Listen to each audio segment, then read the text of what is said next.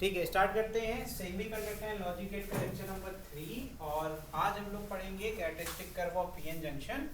Last class में भी हम लोगों ने कुछ पढ़ा था, आपको पढ़ाया था मैंने दो अलग अलग, आपको पहली बार तो ब्रेकडाउन सिखाया था कि ब्रेकडाउन क्या होता है। ब्रेकडाउन वो रीजन होता है, वो कंसेप्ट होता है जिसमें आपकी डिप्लेशन रीजन क्या होती है, ब्रेक हो जाती है ना, जिससे कि कंडक्शन स्टार्ट हो जाता है।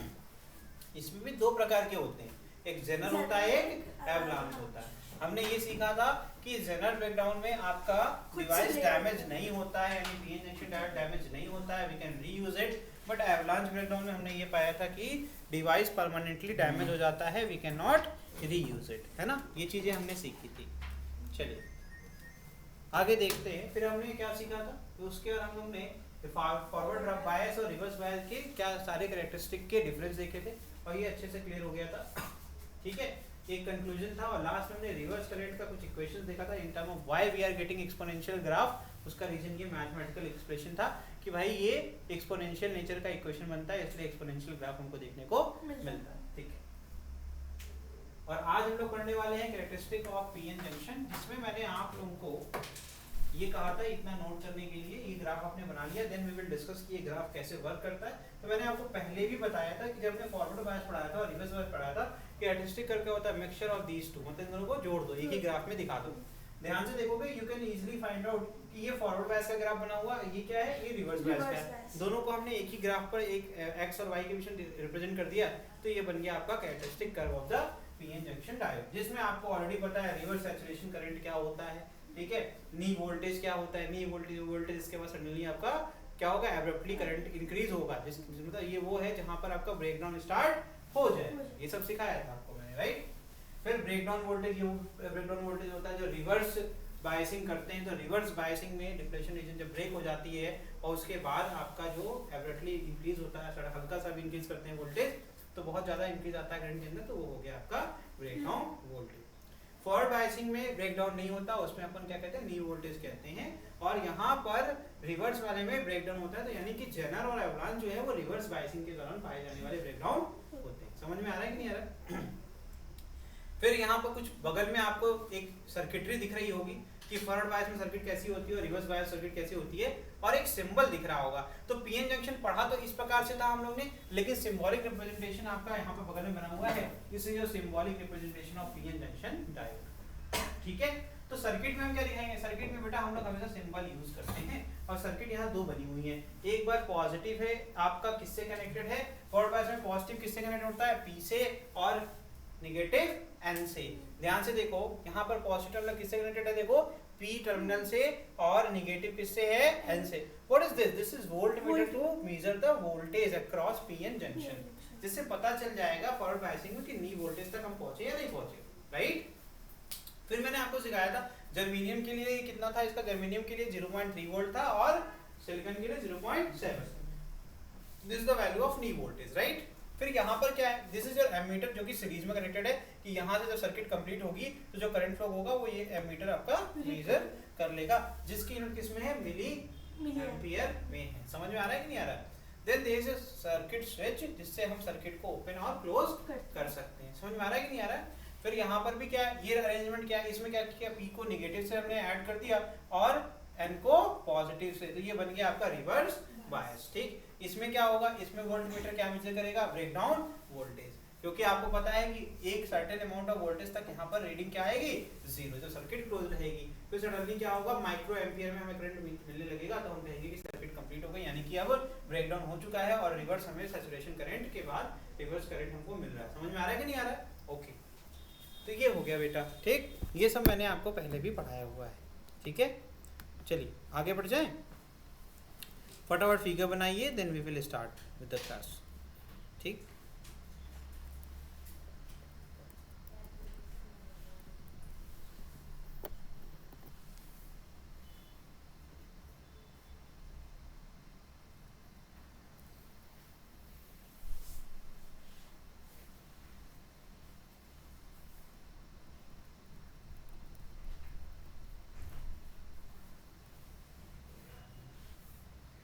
अब बात करते हैं आइडियल डायोड क्या होता है। ठीक है, ये फटाफट बना लीजिए। आई थिंक इसमें सब कुछ आपको पता है कि ब्रेकडाउन क्या होता है, नी वोल्टेज क्या होता है, तो मैं वो सारी चीज़ें स्किप करूँगा, वो नहीं लिखवाऊंगा, ठीक है, क्योंकि एक बार लिखवा चुका हूँ ऑलरेडी, ठीक है। ग्राफ भी आपको क्लियर हो चुका है ना। किसी को डाउट हो ग्राफ में तो मुझसे पूछ लीजिए।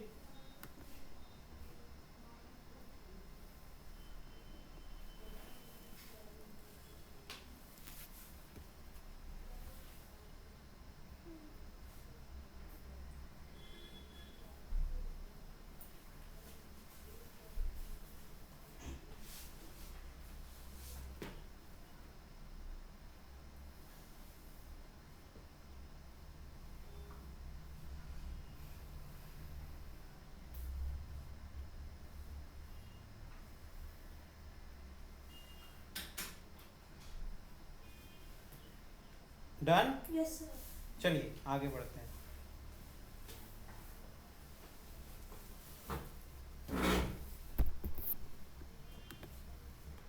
नमस्ते सत्यम, ठीक है।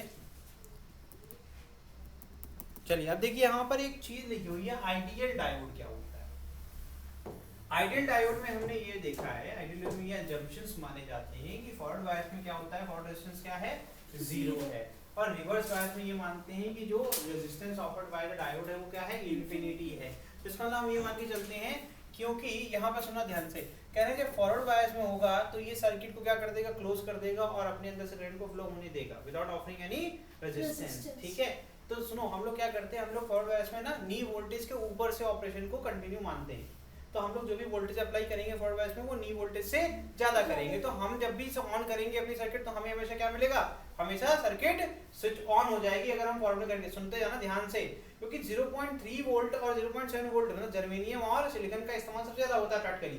तो अगर इनसे ज्यादा वोल्टेज मैं लगा करके सर्किट ऑन करूं, मैं सर्किट ऑन करी तो मेरा वोल्टेज था 10 वोल्ट या 1 वोल्ट, 10 वोल्ट ज्यादा हो गया, 1 वोल्ट।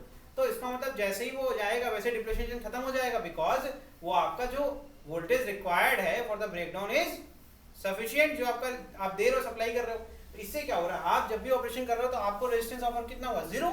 तुमने ऑन किया तो सर्किट चलने लगी, तो तुमने ये मान लिया कि डायोड को हम कंट्रोल कर सकते हैं, यूज कर सकते हैं स्विच की तरह, क्योंकि वो फॉरवर्ड बायस में काम करेगा एज अ क्लोज सर्किट और रिवर्स में करेगा काम कैसे, ओपन सर्किट। समझ में आ रहा है कि नहीं आ रहा है। तो डायोड को हम यूज करते हैं एज अ स्विच, ये उसका एक सर्किटरी रिप्रेजेंटेशन है। समझ में आ रहा है कि नहीं आ रहा है। आइडियली हम ये मान के चलते हैं।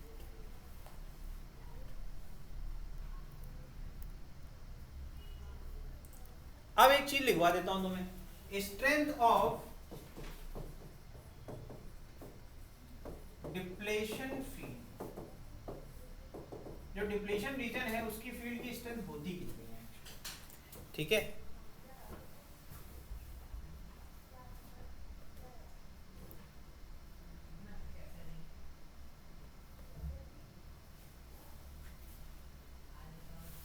इसको ऐसे लिखो, junction, junction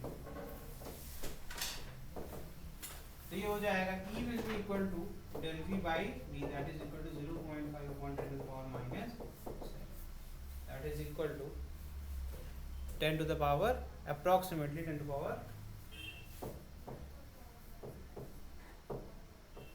6 volt per,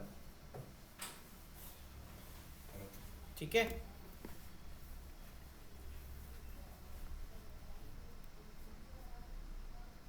This field prevents the respective majority carrier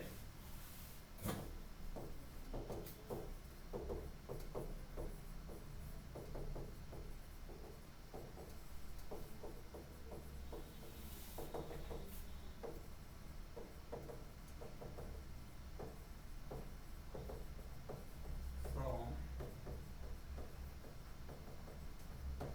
crossing barrier region, ठीक है। आगे बढ़े, ओके। अब सीधे सवाल लगाएंगे हम लोग, ठीक है। लगाएं सवाल। A potential barrier of 0.5 volt exists across a PN junction. First, if the depletion region is 5 into 10⁻⁷ meter, ये क्या दिया हुआ है, दिस इज द D दिया हुआ है ना, wide what is the average intensity of electric field in this region, ठीक है, तो E equal to V upon D कर देंगे, है ना।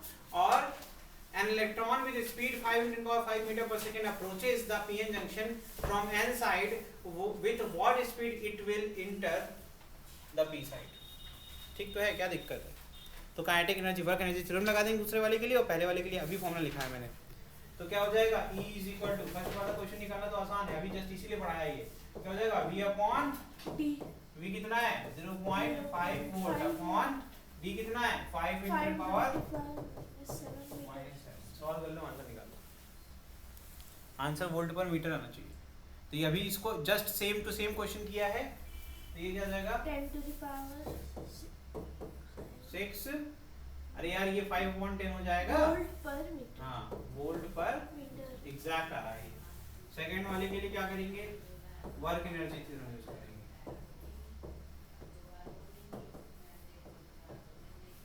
अब इसमें थोड़ा सा 11th लगता है, तो जिसको कांसेप्ट क्लियर नहीं होता है वो नहीं कर पाता है, ठीक है। तो जब इलेक्ट्रॉन आएगा, देखो पीएन बना रहा हूं, ये एन होता है, ये पी होता है, ये डिप्लेशन रीजन को रिप्रेजेंट करता है, ठीक है। इसकी वैल्यू कितनी है 5 × 10⁻⁷ मीटर, ठीक, इधर से आ रहा है भागते हुए। तो अभी इनिशियल इसके पास क्या है, काइनेटिक एनर्जी, क्या है काइनेटिक एनर्जी, ठीक है, सुनना ध्यान से। और बैरियर पोटेंशियल क्या करेगा, इसको अपोज करेगा, तो एक पोटेंशियल जैसे यहाँ पे होगी इलेक्ट्रॉन वोल्ट में, ठीक है, एक अपोजिशन ऑफर होगा इसको इस तरफ, जिसके बाद इधर जब ये आएगा तब भी ये मोशन रहेगा। मान लेते हैं इसकी स्पीड कितनी है v फाइनल, और ये हो गया v इनिशियल। तो बाद में क्या होगा, काइनेटिक प्लस पोटेंशियल, और उधर क्या हो जाएगा काइनेटिक। इनिशियल इसको क्या थी काइनेटिक, समझ में आ रहा है कि नहीं आ रहा है। तो यहाँ कंजर्वेशन के हिसाब से क्या हो जाएगा 1/2 mvi² is equal two electron volt plus 1/2 mvf, यही तो होगा ना यार, कर लो सॉल्व इसको।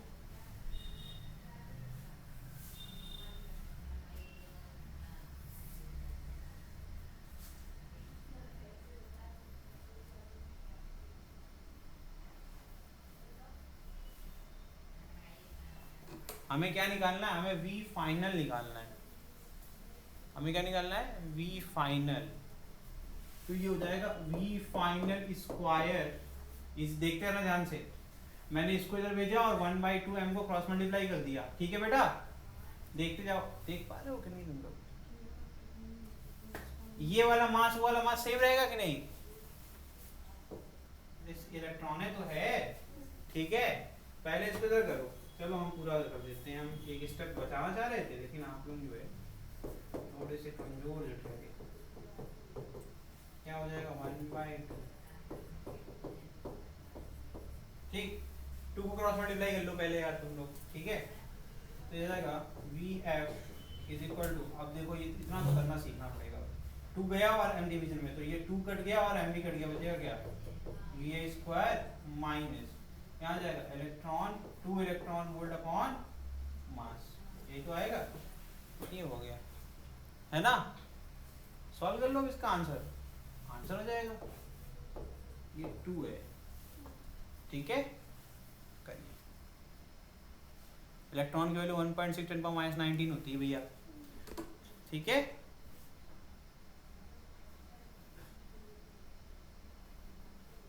मास ऑफ इलेक्ट्रॉन तो पता ही होगा,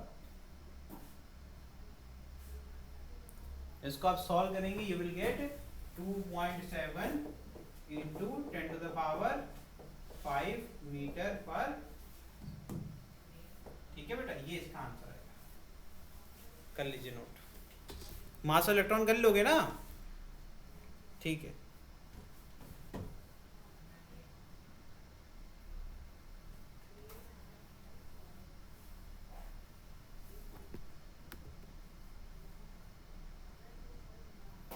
गलत आया है शुभम तुम्हारा, हाँ अब सही आया, 2.7 तो तुमने सही बताया, लेकिन 10⁻⁵ नहीं बताया था, आधा आंसर थोड़ा ना लेंगे।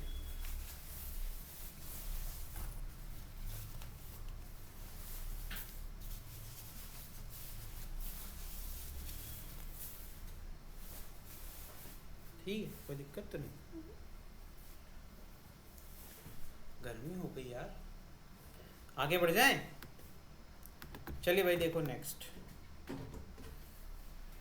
अगला सवाल देखिए। Figure shows a diode connected to an external resistance and an EMF assuming that the barrier potential developed in diode is 0.5 volt. Obtain the value of current in the circuit in milliampere. तो आपसे कह रहे हैं कि circuit के अंदर जो current develop हो रहा है वो बताओ, ठीक है। और एक्सटर्नल रेजिस्टेंस है जिसका एन ईएमएफ भी लगा रखा है हम लोग ने और डायोड भी लगा रखा है। ये फॉरवर्ड से कनेक्टेड है रिवर्स से है? रिवर्स कनेक्टेड है। ये प्लस है भैया और वो माइनस है, प्लस पी से कनेक्टेड है और ये प्लस है, ये माइनस है, इधर प्लस इधर माइनस, ठीक तो है। ये तो फॉरवर्ड बायस है ना, ये तो फॉरवर्ड है। इधर क्या होता है पी, इधर क्या होता है एन, ठीक है। अब इसका आंसर निकालो। जब हम बैटरी लगाएंगे सर्किट काम करेगी या नहीं करेगी? बिल्कुल करेगी, है ना। क्यों? Opposition offered by the depletion is 0.5। तो एक्चुअल में इस सर्किट को मैं कुछ नहीं करूंगा, रीड्रॉ कर दूंगा। मैं कह दूंगा इसमें तो है ही नहीं एक्चुअली, ये इसमें तो डायोड ही नहीं है। मैं कह दूंगा 4 वोल्ट की बैटरी लगी हुई है मेरे सर्किट। कैसे किया मैंने? Net potential is equal to V minus V barrier, है ना। ये हो जाएगा 4.5 minus 0.5 that is equal to 4 volt, ठीक है। समझ में आया कि नहीं आया? और I इज इक्वल टू क्या होता है? I is equal to V upon R, 4/100 1/6। अब तो कर लोगे 0.04 मिली एम्पियर, क्योंकि डायोड के अंदर से सिर्फ मिली एम्पियर करंट फ्लो कर सकता है, एम्पियर तो कभी करेगा ही नहीं। मिली एम्पियर 0.04 आएगा, 0.04 मिली एम्पियर नहीं आएगा बेटा, 40 मिली एम्पियर आएगा। अब तुम कहोगे ये आपने क्यों लिखा? फिर मैंने देखो स्टार्टिंग में भी सही लिखा था, बाद में हमने गलत लिख दिया। बिकॉज जब हमने देखा इसकी यूनिट क्या है, इसकी यूनिट ओम है, इसकी वोल्ट है, ये एसआई में है ना सब, तो यूनिट क्या आएगी? एम्पियर में। तो इसको हम कन्वर्ट करेंगे बाद में। तो पहले मैंने सही लिखा था, थोड़ा गलत, ठीक है। नेक्स्ट क्वेश्चन करें। If current is given in given circuit is 0.1 ampere, calculate resistance of PN junction। करो, सिंपल सर्किट तो है, सीरीज में दिया हुआ है यार। तो हम मान लेंगे opposition offered by the PN junction is in terms of resistance। हम R मान लेते हैं, resistance offered by the PN junction, and the other resistance are 30 and 10। So we will get I is equal to V upon R। We already know the current and we have voltage। Voltage applied is 5 volt upon total resistance, that is R plus 30 plus 10, that is R plus 40। Just rearrange the whole equation, you will get the answer, right? तो again simple Ohm's law लगाया हमने। तो भैया I is equal to होता है V applied upon R equivalent, all the resistance are in series। हम मान लेंगे कि opposition offered by diode is in terms of resistance, that is R। So it will be equal to 5 upon R plus 30 plus 10 is equal to, that is 0.1। just cross multiply everything। तो R plus 40 into 0.1 is equal to 5, that is equal to 0.1 R plus 4 is equal to 5, 0.1 R is equal to 1 and R is equal to 1 by 0.1, that is equal to 10 ohm। अब ये कैसे किया बेटा? 0.1 को 1/10 लिख लो, 10 को cross multiply कर लो, you will get 10 ohm। Okay, this is your answer। next question, what is the value of current I in given circuit। ये क्या बेकार से क्वेश्चन है, जल्दी से आप सब कर लेंगे।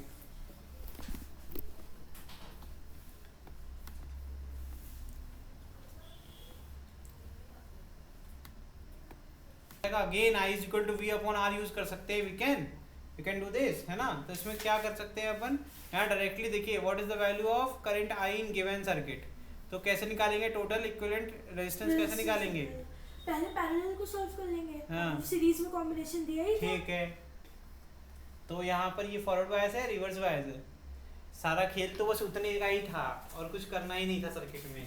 जैसे मैंने देखा this is reverse bias, this is your plus, this is your minus, this is your n types, this should be minus, this should be plus, but in this situation this is plus and this is minus, so this will be switched off. Switched off मतलब क्या है, ये पूरी branch open circuited है, ओसी है, ओसी है तो भैया ये सर्किट रीड्रॉ हो जाएगी, इतने में ही क्वेश्चन हो जाएगा। एक 20 वोल्ट की बैटरी, जिसने ये चीज सीख ली उसको करना ही नहीं पड़ेगा कुछ, 10 ओम और फिर से एक 10 ओम, खत्म क्वेश्चन।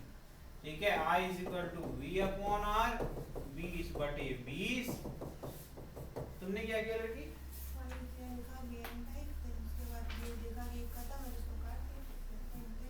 उससे पहले इतना सब क्या किया है? उसके बाद आपने जब बोला ना शुभम का आंसर गलत है तो मुझे समझ आया कि मैं भी वही कर रही थी, एक बार क्वेश्चन दोबारा देखना। पहली बार गलत आया था?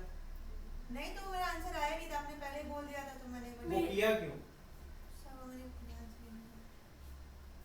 लेकिन बाद में सीखा। ये आ गया 1 एम्पीयर। ठीक है, what is the value of current I in given circuit? अरे बहुत आसान क्वेश्चन है यार, ये देखो ये प्लस ये माइनस, सीधे खत्म करते हैं क्वेश्चन को। प्लस प्लस इधर के लिए तो पॉजिटिव हो गया, ये तो फॉरवर्ड हो गया, और ये रिवर्स, खत्म करो इसको, उधर से करूंगा।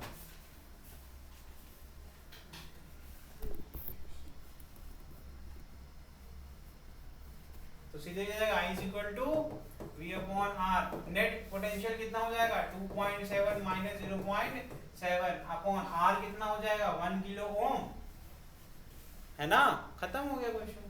तो 1 into 10 to the power 3 ओम, ऊपर कितना आया था, आ गया था 2 upon 10 to the power 3, 2 into 10 to the power minus 3 ampere, that is equal to 2 milli ampere. इतना ही करना है बेटा। इसके पहले जो यूनिट आई थी वो एम्पियर थी या मिली एम्पियर? ठीक है ठीक है, सही जा रहे हो तुम। अगला क्वेश्चन, आखिरी question, in the given circuit if PN junction is ideal, ideal बोला गया है, then calculate current flowing through it. तो फॉरवर्ड में reverse resistance offered by the diode is 0, so there will be no drop across resistance across diode. ये देखो negative, ये positive, ये तो रिवर्स बायस, ओपन है भाई, सर्किट क्या है, ओपन है या क्लोज्ड है?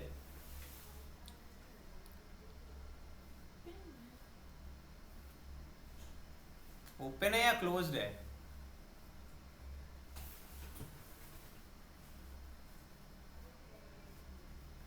कनेक्टेड तो है दोनों जंक्शन।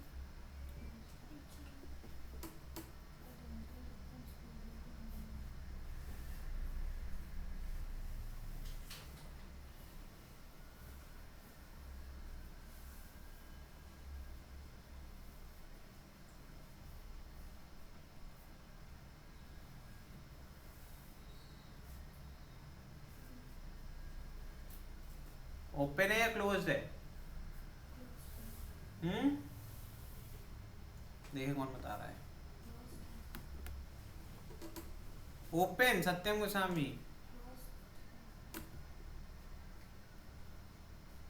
अच्छा, कैसे क्लोज्ड है जरा बताओ मुझे।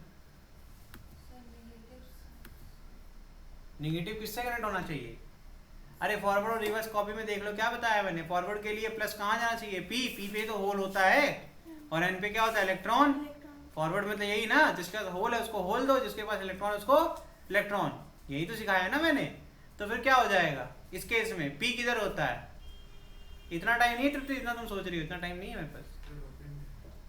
ओपन होगा, चल अब यही से कंसेप्ट शुरू होता है, क्योंकि यही से मैंने सिखाया हुआ है कि जब सेम पोटेंशियल मतलब ओरिएंटेशन के साथ दो बैटरी लगा दो, दोनों में जो जीतेगा उसी का चलेगा, जिसका नहीं चलेगा उसका नहीं चलेगा।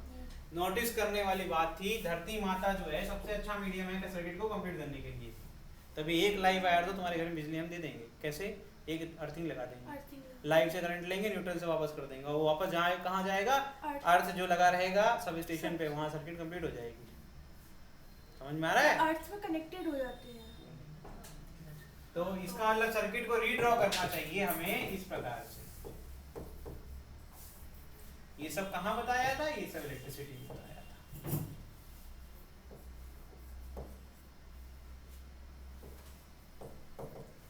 अब ये कह रहा करंट को इधर भेजो, ये कह रहा करंट को इधर भेजो, जीतेगा कौन, जिसकी पोटेंशियल ज्यादा। इस पूरे को रिप्लेस क्या कर दूंगा मैं, पूरे को रिप्लेस कर दूंगा विद 2 वोल्ट। तुम बेटा बस तुक्का मार रही, क्योंकि तुम्हारा कोई एक्सप्लेनेशन नहीं, तुक्के से दुनिया नहीं चलती। सर्किट बनाओ, सर्किट, ये सर्किट फॉरवर्ड, जब सर्किट फॉरवर्ड इस डायोड का कोई काम आइडियल में क्या होता है, कोई रेजिस्टेंस ऑफर नहीं करता, यानी कि कोई ड्रॉप नहीं होगा। ये हो जाएगा 200 I is equal to V upon R 2 upon 200 0.02 ampere 0.01। हाँ ठीक है, गलती हो गई, हमने तुरंत सही भी कर दिया। तुरंत जो है गला ऐसे पकड़ के निपटाने पे आ जाते हैं, कैसे आपने किया। 10 मिली एम्पियर 10 की पावर -3 होता है, ठीक है, राइट है सर, आपका राइट है। इतने आसान क्वेश्चन राइट नहीं होंगे तो क्या होंगे। ओके चलो भाई, ये हमने प्रैक्टिस करा दी। अब पढ़ते हैं एप्लीकेशन ऑफ जंक्शन डायोड। ठीक है, पहला एप्लीकेशन होता है रेक्टिफायर। रेक्टिफायर में दो होते हैं, एक होता है हाफ वेव, होता है फुल वेव। फुल वेव में दो टाइप होता है, एक होता है सिंपल, एक होता है आपका ब्रिज। ठीक है, समझ में आ रहा है कि नहीं आ रहा है, तो अभी पढ़ते हैं। ठीक है, सेंटर टाइप एक हो गया और एक हो गया आपका ब्रिज फुल रेक्टिफायर। ठीक है, ये दोनों फुल के ही होते हैं। फुल में क्या होता है कि जो आपको आउटपुट मिलता है वो कंप्लीट डीसी मिलता है और इसमें पार्शियल डीसी मिलता है। समझ में आ रहा है कि नहीं आ रहा है। हाफ वेव में एक ही काम होता है, हाफ वेव का काम ये है कि वो जो नेगेटिव साइकिल होगा उसको ब्लॉक कर देगा, आपको हमेशा पॉजिटिव साइकिल में आउटपुट मिलेगा। तो पॉजिटिव में तो आपको ऐसा लगेगा कि एक बार आ रहा है फिर रुक रहा है, फिर आ रहा आउटपुट फिर रुक रहा है, तो जैसे फ्लक्चुएशन होती है खट पेट ना, आ रहा है जैसे अभी हुआ, चला गया तो एक आवाज आई है ना, तो ये क्या हो रहा है, आउटपुट आता है फिर जीरो, फिर आउटपुट आता है फिर से जीरो, तो ऐसा आपको मिलेगा। ठीक है, ये अनस्टेबल होगा आपका आउटपुट, लेकिन इसको से सीखने को मिलेगा कि डायोड को स्विच की तरह कैसे काम ले सकते हैं। ठीक है, हम सिर्फ सर्किट पे फोकस करेंगे और सर्किट से ही समझाएंगे। ठीक है, अब देखो नोटिस करो, हमने ट्रांसफार्मर अच्छे से पढ़ लिया है। ट्रांसफार्मर क्या करता है भाई बताओ, विदाउट एनी टाइप ऑफ क्या फिजिकल कनेक्शन आप क्या कर सकते हैं, by using principle of mutual induction आप वोल्टेज और करंट को रेगुलेट कर सकते हैं। ठीक है, ये तो काम होता है ट्रांसफार्मर का। तो ये क्या लगा दिया आपने, ये सर्किट क्या रिप्रेजेंट कर रही है, ट्रांसफार्मर को रिप्रेजेंट कर रही है। This part of the circuit is representing transformer. और उसके आगे एक लगा हुआ है, आपको ध्यान से देखने को अगर मिलेगा तो उसके आगे क्या लगा हुआ है बॉस, उसके आगे एक एसी। हाँ गुरु हाँ, कह रहे हैं शुभम सिंह कह रहे हैं सर क्वेश्चन का लेवल अप करो सर, सब तुम्हारी चिंताएं खत्म हो जाएंगी बेटा, सब्र करो। ठीक, तो यहाँ पर देखिए मैंने क्या किया है, मैंने दो सर्किट बनाई। ठीक है, इसको मैंने बांट दिया, क्योंकि एसी में क्या होता है, एक बार प्लस होता है एक बार माइनस, फिर एक बार माइनस होता है एक बार प्लस। तो मैंने क्या कर दिया, इसको दो साइकिल में दो सर्किट बना दी, एक आपकी पॉजिटिव हाफ साइकिल की हो गई, एक नेगेटिव हाफ साइकिल की हो गई है। ठीक है, तो पॉजिटिव हाफ साइकिल में क्या होगा, जब इधर से जब इंडक्शन हो रहा है, जब इंडक्शन की वजह से यहाँ पोलैरिटी आ रही है, तो यहाँ पे क्या मिल रहा है मुझे पॉजिटिव, और इस एंड पे क्या मिल रहा है कॉइल के नेगेटिव। ये क्या है, जैसे रिप्रेजेंटिंग में प्राइमरी कॉइल, जैसे representing by secondary coil. Okay, ये तो सिंपल, आपको पता है ट्रांसफार्मर कैसे काम करता है। यहाँ पॉजिटिव इंड्यूस हुआ या नेगेटिव, इसको मैंने पॉजिटिव हाफ साइकिल मान लिया, और इधर क्या हुआ, जब इधर नेगेटिव हुआ और इधर पॉजिटिव, हमने इसको नेगेटिव हाफ साइकिल मान लिया। ठीक है, समझ में आया। 50 हर्ट्ज की फ्रीक्वेंसी है तो 50 राउंड ऐसा होगा। ठीक है, अब देखो जो मेरा डायोड है, मैंने क्या किया, डायोड को देख रहे हो ना कैसे एंड कर दिया, एक ब्रांच में कॉइल की मैंने सेकेंडरी की, एक तरफ हमने डायोड को सिंपल लगा दिया। ठीक, अब यहाँ पर कोई पोलैरिटी फिक्स तो नहीं है, तो ये नहीं कह सकते कि हमने P को पॉजिटिव से कनेक्ट किया और N को नेगेटिव से, हमने बस कनेक्ट कर दिया। जब ऑटोमेटिकली एसी में पोलैरिटी चेंज हो रही थी तो ऑटोमेटिकली वो एडजस्ट हो गया। समझ में आ रहा है कि नहीं आ रहा मैं क्या कहना चाह रहा हूँ। ठीक है, इस प्रकार से ये चीज चल रही। तो जब यहाँ पॉजिटिव था तो डायोड आइडियल डायोड की कंडीशन लेके चलते हैं हम लोग, तो क्या हो जाएगा, ये एक वायर की तरह काम करने लगेगा और करंट इसमें से फ्लो होता रहेगा, सर्किट आपकी कंप्लीटेड रहेगी और आउटपुट में हमें लोड रेजिस्टेंस के अक्रॉस एक आउटपुट हमें देखने को मिलेगा। तो जो भी आ रहा था वो सीधे सीधे पास ऑन हो गया, कुछ रुका नहीं, तो मुझे एक पल्स मिली। ये मेरी इनपुट की पल्स है, जिसमें पॉजिटिव हाफ साइकिल को मैं रेड कर रहा हूँ और नेगेटिव को मैं एज इट इज छोड़ दूंगा। ठीक है, तो मुझे ये रेड वाली पल्स देखने को मिल गई मेरे आउटपुट। मैंने क्या कर रखा, कैसे पता चला मुझे, मैंने एक वोल्ट मीटर इसके आगे कनेक्ट कर रखा है। तो जैसे यहाँ पर कुछ आता है तो मुझे यहाँ पे वोल्टेज, क्योंकि रेजिस्टेंस लगा रखा है तो रेजिस्टेंस क्या करता है, वोल्टेज ड्रॉप करता है, तो इसका मतलब मुझे यहाँ वोल्टेज में फ्लक्चुएशन देखने को मिलेगा। तो मुझे पता चल जाएगा कि भैया आउटपुट आ भी रहा है या फिर नहीं आ रहा है। ठीक है, अगर आपको करंट भी मेजर करना है तो आप एक सर्किट में धीमे से यहीं पर सीरीज में एमीटर भी लगा सकते हैं। ठीक है, तो आपको IV ग्राफ देखने को मिलेगा। समझ में आ रहा है कि नहीं? चलो, फिर जब मैंने देखा सेकंड में, जब निगेटिव हो गया और ये पॉजिटिव हो गया, तो मैंने पढ़ा हुआ आइडियल डायोड क्या करता है, इन्फिनिटी रेजिस्टेंस ऑफर करता है। इन्फिनिटी मतलब ओपन सर्किट हो गया, तो अब जो भी यहाँ से करंट होगा वो फ्लो नहीं करेगा। जब सर्किट ये ब्रेक हो गई तो मुझे आउटपुट में क्या मिला, कुछ नहीं, नलबटा सन्नाटा, है ना, कुछ नहीं मिला, है ना। क्यों नहीं मिला, सर्किट ही ओपन हो गई। भैया एक तार जोड़ देने से थोड़ा ना आउटपुट हो जाएगा, दोनों चाहिए ना। तो मेरे ग्राफ में क्या मिला, एक फ्लैट लाइन मिली, क्या है मुझे, फ्लैट लाइन। इनपुट में मुझे एक सिग्नल मिला लेकिन आउटपुट में सिग्नल नहीं मिला, क्योंकि सर्किट मैंने ओपन कर दी बेटा। ठीक है, ओके। फिर इसके बाद क्या हुआ, फिर से वही चीज रिपीट हुई, फिर से कहाँ घूम के गए, यहाँ पर, फिर मुझे आउटपुट मिल गया, फिर यहाँ आए, फिर निगेट नहीं मिला, फिर गए, फिर मिला, फिर आए, फिर नहीं मिला। इस तरीके से जो ग्राफ बन गया, जितने रेड वाले पोर्शन थे वो तो मिल गए, लेकिन जितने आपके नीचे निगेटिव साइकिल के पोर्शन थे वो मुझे देखने को नहीं मिले। समझ में आ रहा है कि नहीं आ रहा है? तो मुझे जो आउटपुट मिल रहा है वो एक बार हाई हो रहा है, फिर जीरो आ रहा है, फिर हाई हो रहा है, फिर जीरो आ रहा है, फिर हाई हो रहा है, फिर जीरो हो रहा है। तो यहाँ पर एक हमें गैप देखने को मिल रहा है आउटपुट में, इसीलिए इसको प्रैक्टिकली इस्तेमाल बिल्कुल नहीं करते। प्रैक्टिकली इस्तेमाल करने लायक चीज नहीं है, सब कुछ तो खराब कर देगा ये। समझ में आ रहा है कि नहीं आ रहा है? तो ये हो गया functioning of half wave rectifier. Is it okay? Can be explain easily? ठीक है, अब बात करते हैं हम लोग फुल वेव रेक्टिफायर की। हम किसकी बात कर रहे हैं? Full wave rectifier. अब यहाँ पर क्या किया हमने, एक बार नोटिस किया, पिछले वाले जो हमने सर्किट बनाई थी उसमें हमने एक चीज नोटिस किया कि अगर यार हमारे कुछ ऐसा कुछ अरेंजमेंट आ जाता, कि मैं इस डायोड को फिजिकली बिना इसको चेंज किए, इसको मैं पीएन जंक्शन के हिसाब से जो आपका फॉरवर्ड बायस की कंडीशन है वो सुटेबल कंडीशन में इसको लेकर के चला जाऊं, तो ये तो इम्पॉसिबल है। इतनी हाई स्पीड में फ्रीक्वेंसी चेंज हो रही है, एक आदमी खड़ा करे, भैया अब देखो फ्रीक्वेंसी चेंज हो रही है, पलट दो, है ना इसको उठा के पलट दो, निगेटिव हो जाएगा, पॉजिटिव पे काम करने लगेगा, भैया पॉजिटिव आ गया पलट दो, वो यही करते करते जो है निपट जाएगा। मेरी बात समझ में आ रही है कि नहीं आ रही है ना? ऐसा हो सकता है ना, लेकिन इतनी हाई स्पीड में तो वही आयरन मैन भी नहीं कर सकता, है ना, है ना।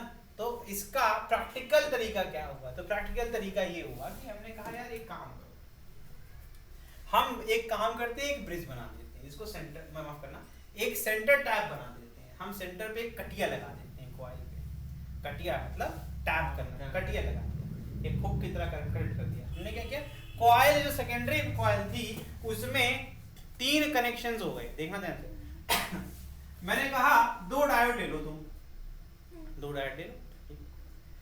जब तुम्हारा 2 डायोड है, तुम्हारा फॉरवर्ड और जो है रिवर्स वाली कंडीशन तुमने अच्छे से पढ़ रखी है, तो तुम्हें पता है कि यार जब भी इंड्यूस होगा ईएमएफ कॉइल के अंदर, तो एक ही तरफ पॉजिटिव आएगा, एक तरफ नेगेटिव आएगा।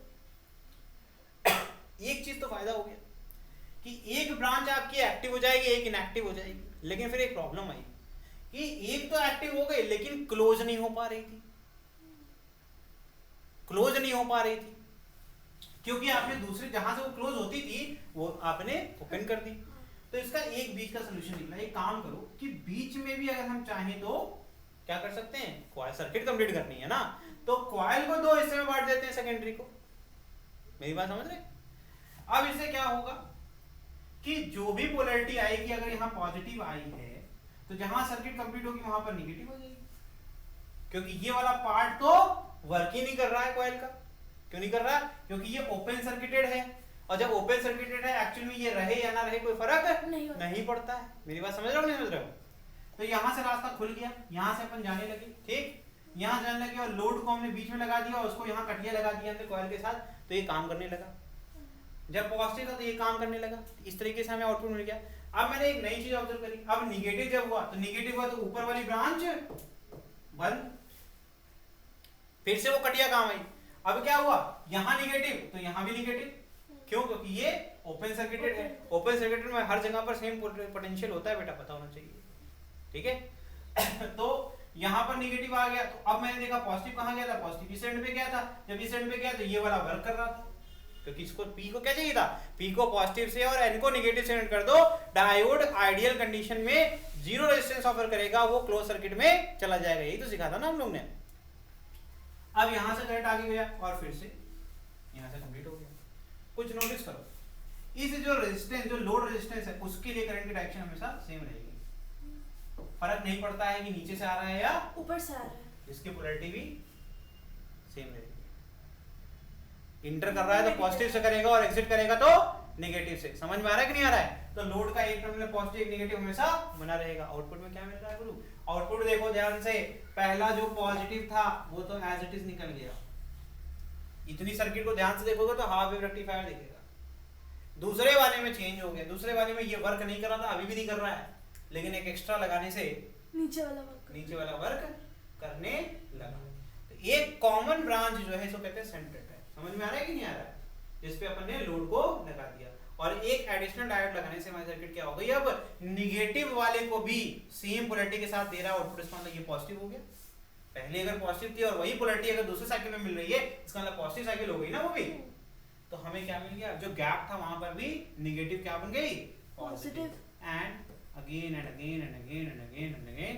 तो इस तरीके से अब अगर इन सारे पीक को जोड़ो तो आपको अप्रोक्सीमेटली एक डीसी मिलेगा। Approximately, it is not, because यहाँ पे एक कर्व है, गैप दिख रहा है ना आपको, हाँ। एक गैप रीजन दिख रहा है, इसमें ये कांस्टेंट नहीं है, बट अप्रोक्सीमेटली इट इज।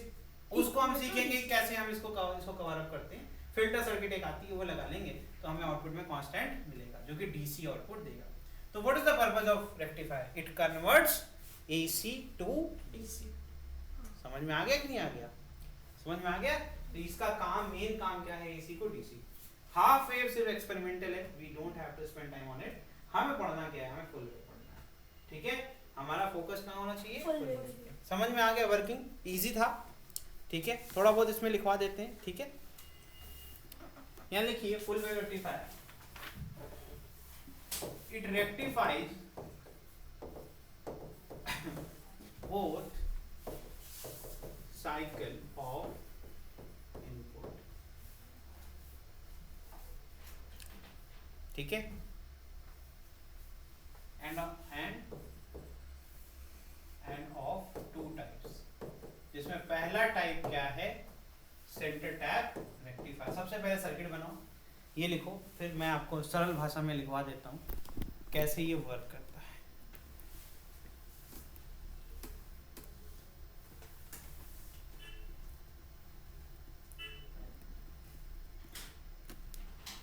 पूरा एक्सप्लेनेशन जो मैंने बोला है उसी को लिखवाऊंगा, ठीक है, कि वर्किंग क्या है, ठीक है।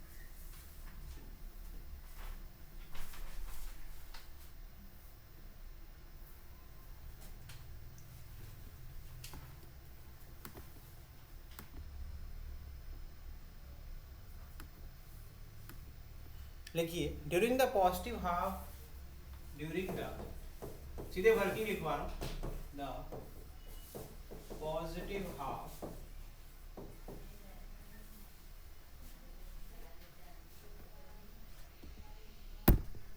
of the input signal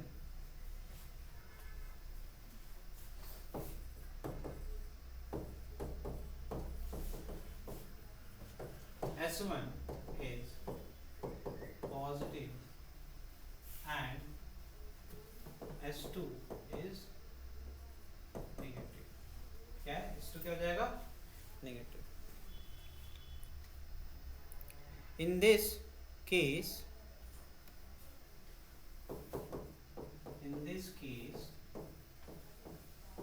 D1 is forward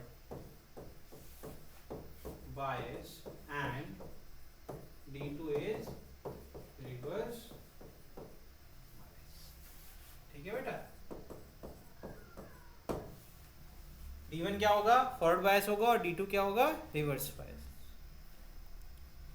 so only D1 conducts the flow of current in the load resistance from A to B, ऐसे लिखोगे वो लंबा सेंटेंस हो जाएगा, मैं शॉर्ट लिखना चाहता हूँ, लिखो सो D1 conducts, so D1 conducts I क्या मतलब करंट हो जाएगा, so D1 conducts I through A to B, ठीक है, समझ में आ गया। During the negative half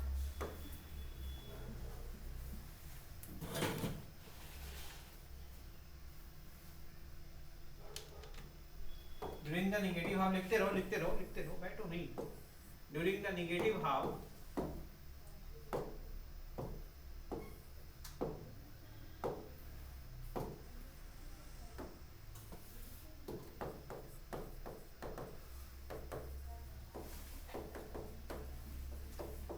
S1 is negative and S2 क्या है positive,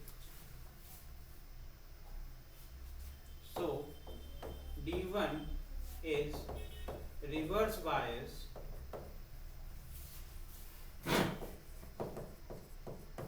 and D2 is for,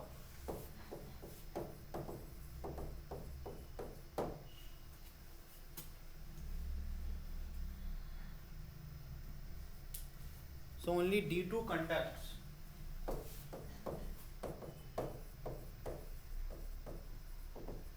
I through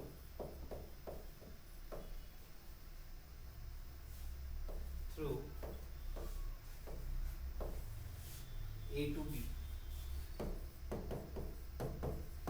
ठीक है बेटा।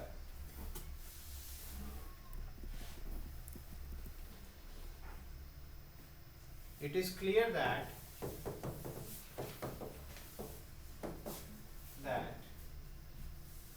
whether the cycle is positive or negative,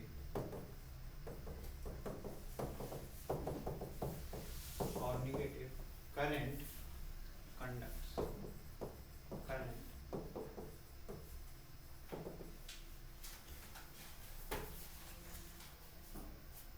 through A to B in same direction, through A to B in same direction across load, समझ में आ गया। ये हो गया working of full wave centre tap full wave recti, समझ में आ रहा है बच्चे। नेक्स्ट होता है ब्रिज रेक्टिफायर, ठीक है, इसमें लिखवाऊंगा नहीं, इसमें सिर्फ आपको अलग तरीके से समझाऊंगा, देखना शॉर्ट में कितने अच्छे से लिख सकते हैं। एक बार वर्किंग इसलिए लिखवा दिया कि आपको कहीं भूल गए हाफ वेव तो आप उसको पढ़ सकते हो, सेंटर टैप से तीनों का काम हो जाता है, ठीक है। तो यहाँ पर देखो वर्किंग सीखो थोड़ा, ठीक है, मेरे साथ साथ करेंगे, आप लोग भी करेंगे, अपनी कॉपी में फिगर बनाइए और आप लोग भी करेंगे ये चीज़। सर्किट अगर खुद से नहीं चलाना सीखोगे तो नहीं कर पाएंगे बच्चे। तो मैंने कहा भाई पहले फर्स्ट में पॉजिटिव साइकिल की बात हो रही है, ये पॉजिटिव हो गया ये नेगेटिव हो गया, देखना कैसे काम करता है। तो यहाँ पर भी क्या होगा, फिर मैंने क्या सिखाया, किसी भी ओपन वायर के अंदर पोटेंशियल सेम होता है, ठीक है, यहाँ से यहाँ तक पॉजिटिव। जब ये पॉजिटिव हो गया बेटा ये क्या है, this is your N, this is your P, इसको क्या चाहिए था नेगेटिव, इसको क्या चाहिए था पॉजिटिव। तो ये काम करेगा क्या, नहीं काम करेगा, D3 ऑफ हो गया, कौन ऑन हो गया, इसको प्लस चाहिए था, इसको प्लस मिल गया, इधर क्या होगा अभी देखिए, इधर से तो इसने सिग्नल दे दिया चलो जाओ, ठीक है, इधर से इसने सिग्नल दे दिया कि भैया जा सकते हैं आप, है ना, आपके लिए गेट खुला हुआ है, आप पॉजिटिव हैं और मुझे पॉजिटिव लोग बहुत पसंद हैं, P for positive, P for PN का P, है ना, समझ में आ गया कि नहीं। अब देखो इधर से क्या चल रहा है निगेटिव, इसको क्या चाहिए, इस पूरे वायर में क्या आएगा पोटेंशियल नेगेटिव, यहाँ क्या पहुंचा, सुनना ध्यान से, इसको क्या पसंद है, यहाँ पर पॉजिटिव चाहिए, इसको क्या मिला नेगेटिव, इसने कहा नहीं जाएंगे, जाने नहीं देंगे, है ना। इसको क्या चाहिए था D4 को, इसको चाहिए था नेगेटिव, इसको नेगेटिव मिल गया, इसने गेट खोल दिया, है ना। अब ये गेट खोल करके इंतजार कर रहा है कि आओ मेहमान आने वाले हैं, और मेहमान आएंगे किधर से, पॉजिटिव की तरफ से। तो यहाँ से चल करके जाएगा क्या पूरा, और फिर यहाँ पर क्या पहुंचेगा, और यहाँ से ये सर्किट कंप्लीट हो गई कि नहीं हो गई? Yes sir. समझ गए? इस प्रकार से काम करता है। ठीक है, थोड़ा सा कंफ्यूजिंग हो सकता है, फिर से समझो। डायगोनल डायोड कभी काम नहीं करेंगे, डायगोनल डायोड कभी काम नहीं करेंगे।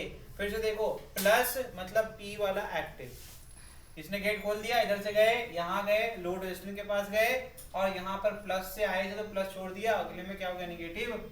इसको क्या चाहिए था, यहाँ से आगे चले गया, करंट निकल गया, यहाँ पॉजिटिव लेकर के आए थे, पॉजिटिव यहाँ पहुंच गया, ये भी ऑन हो गया और इधर से क्या आ रहा था निगेटिव, ऑलरेडी निगेटिव इंतजार कर रहा था, तो पूरा पॉजिटिव यहाँ से यहाँ तक पहुंच गया और यहाँ पे कंक्लूड कर गया। समझ में आ गया? यहाँ पहुंच गया मतलब ऑफिस से घर में एंट्री हो गई। समझ में आ गया कि नहीं आ गया? अब निगेटिव साइकिल के लिए तो एक सर्किट में ऐसे बनाना है, फिर निगेटिव के देखिए, निगेटिव साइकिल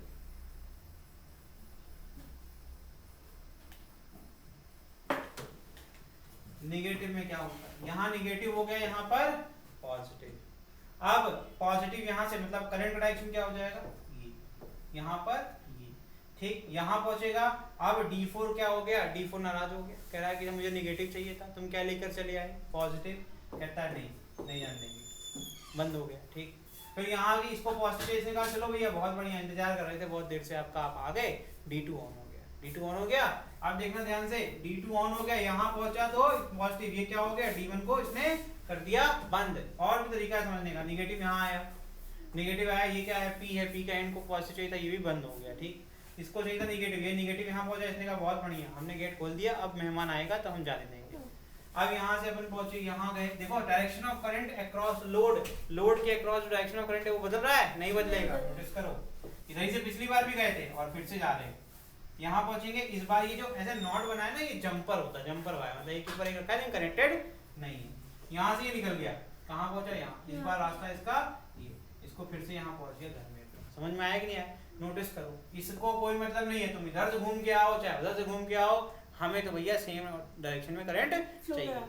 तो इससे हुआ क्या, पॉजिटिव के लिए पॉजिटिव, निगेटिव के लिए भी पॉजिटिव, फिर पॉजिटिव के लिए पॉजिटिव, निगेटिव के लिए भी पॉजिटिव के लिए। यहाँ कुछ लिखा हुआ है, इसमें कौन काम कर रहा है, D1 D4, इसमें कौन काम कर रहा है, D2 D3, अभी करके दिखाया है। ठीक है, फिर कौन काम करेगा, D1 D4, फिर D2 D3, इस तरीके से पेयर में काम करेंगे। समझ में आ रहा है कि नहीं आ रहा है?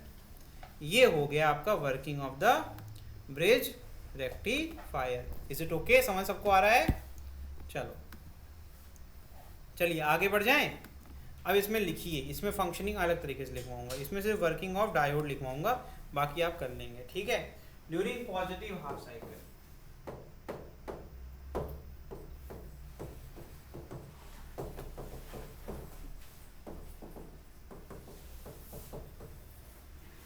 पॉजिटिव हाफ में क्या होगा, D1 D4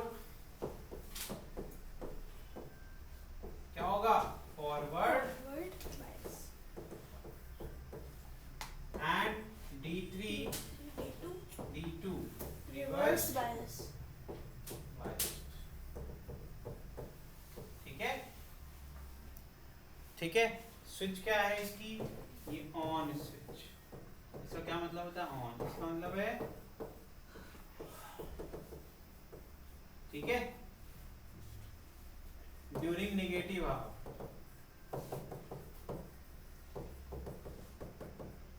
क्या हो जाएगा, D1 and D4 reverse.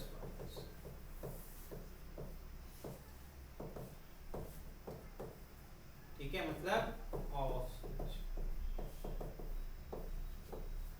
And D2 and D3 forward.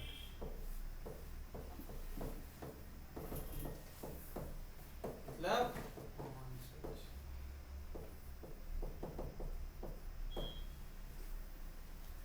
बना लीजिए। नेक्स्ट है रेक्टिफायर की इफिशियंसी, उसके बाद पढ़ना है रेक्टिफायर इफिशियंसी। रिपेल फ्रीक्वेंसी, फिर फिल्टर सर्किट, उसके बाद जेनर डायोड।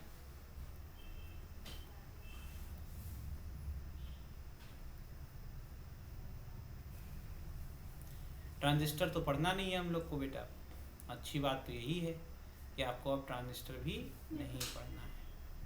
तो इसका मतलब है कि अगर हमने एप्लीकेशन खत्म कर लिया तो हमने चैप्टर खत्म कर लिया. Then we just have to learn about logic gate. ठीक है.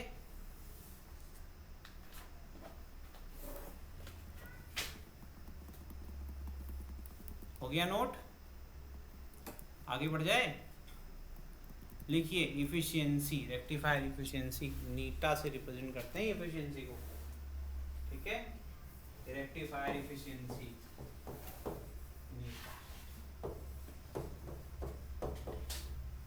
देखिए इसके अंदर पीडीसी मतलब आउटपुट पावर कैसी होती है, डीसी. इनपुट कैसी होती है, डीसी. इसके रेशियो क्या कहते हैं, इफिशियंसी. ठीक है. हो जाएगा डीसी करंट, ठीक है, अपॉन एसी. तो एसी करंट क्या होता है, डीसी का आरएमएस है ना, ये आर लोड. ठीक है. और ये क्या हो जाएगा आपका आर एस प्लस. ठीक है. इसको क्या करेंगे परसेंटेज में 100 से मल्टीप्लाई. ठीक है. ये हो गया आपका formula. For half wave rectifier इसकी वैल्यू क्या होती है, एफिशिएंसी होती है हाफ वेव की. देखिए 40.6% फॉर फुल वेव नीटा इज इक्वल टू 81.3%. बाकी क्या हो रहा है, लॉस हो रहा है. बाकी क्या हो रहा है, लॉस. ठीक है. सर्किट कैसी है, कॉइल है, उसका रेजिस्टेंस भी होगा है ना, लोड का भी रेजिस्टेंस होगा, उसमें कुछ लॉस तो होगा ही, एफिशिएंसी होती जाएगी है ना.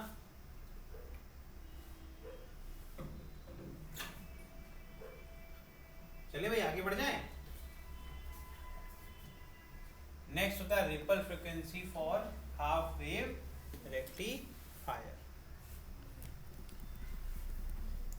तो इनपुट फ्रीक्वेंसी कितनी होती है आपकी 50 हर्ट्ज. आउटपुट में रिपल फ्रीक्वेंसी कितनी होती है 50 हर्ट्ज. ठीक है. फुल वेव के लिए क्या होता है, यहाँ पर ध्यान रखना, फुल वेव के लिए रिपल फ्रीक्वेंसी कितना हो जाएगा, डबल हो जाएगा. कैसे देखो, पॉजिटिव में देखो नंबर ऑफ, देखो फ्रीक्वेंसी कैसे निकालते हैं यार, ये वो पॉइंट है जिसमें से रिपीट होने लगता है ना कर. तो यहाँ पर देखो कितना फ्रीक्वेंसी कितना है, यहाँ पर देखो हाफ ट्वाइस हो गया ना, मतलब 50 था, अब ये कितना हो गया, डबल हो गया है ना. तो क्या हो जाएगा इसका फ्रीक्वेंसी 100 हर्ट्ज. समझ में आ रहा है कि नहीं आ रहा है, समझ में आ रहा है. चलिए ये हो गया. नेक्स्ट होता है कैपेसिटर फिल्टर सर्किट. तो जो आउटपुट में हमें गैप मिल रहा था एसी की वजह से, उसको हम खत्म करना चाहते हैं और उसको बनाना चाहते हैं 100% डीसी. तो उसमें लग जाती है एक फिल्टर सर्किट जिसमें होता है कैपेसिटर फिल्टर सर्किट. ठीक है. लिखिए when voltage across the capacitor is rising,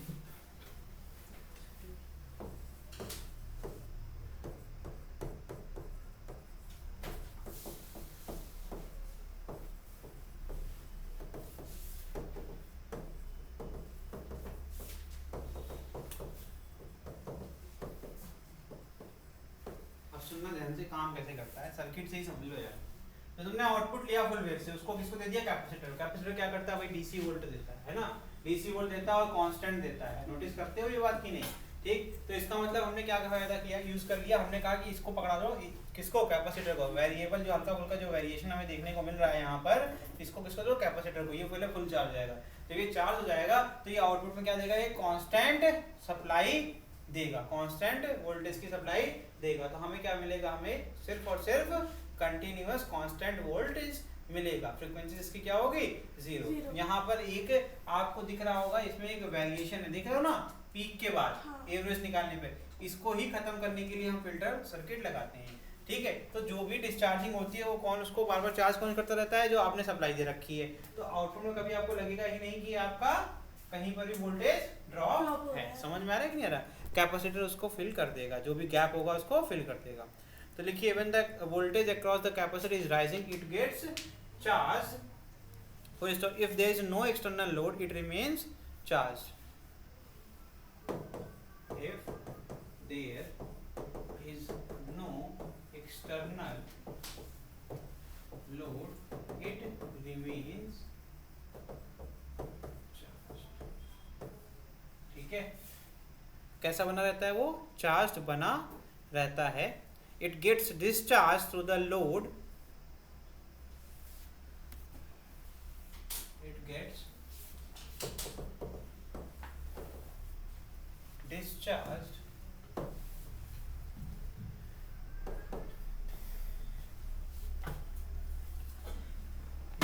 discharged across load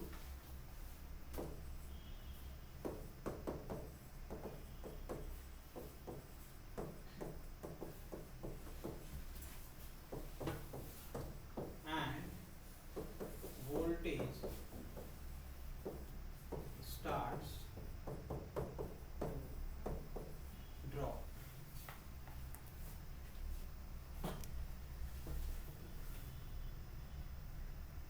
In the next half cycle of rectified output,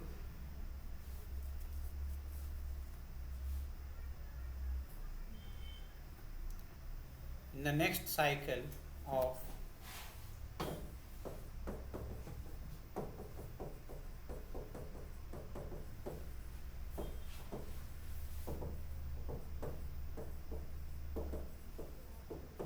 it gets charged, but due to large time constant of capacitor, voltage across it remains constant.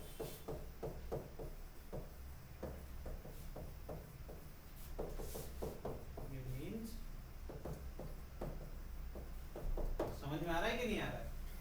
इसीलिए capacitor use करते हैं क्योंकि उसके पास large time constant होता है और उसके across capacitor के अक्रॉस जो वोल्टेज होता है अप्रॉक्सीमेटली कांस्टेंट बना रहता है. ठीक है, चलो नेक्स्ट हेडिंग है जेनर डायोड. डन. नेक्स्ट लिखिए जेनर डायोड.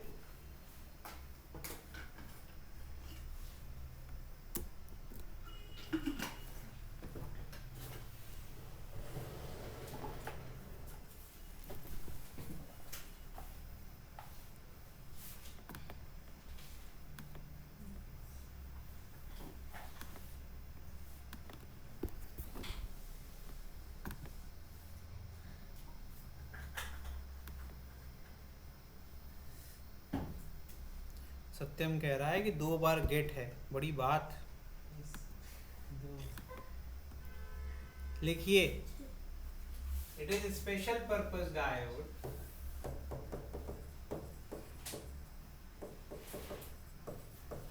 बेटा, कोई बात नहीं, तुम सही कर लो.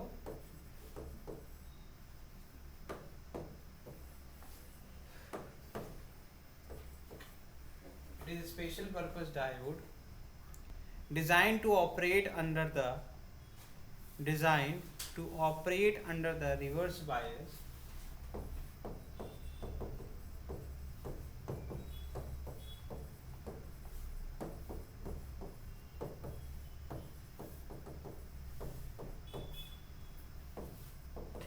इसका ऑपरेशन किसमें होता है? रिवर्स बायस ऑपरेशन के लिए इसको डिजाइन किया गया है और ये रिवर्स बायस ऑपरेशन ही परफॉर्म करता है. समझ में आ रहा है कि नहीं आ रहा है?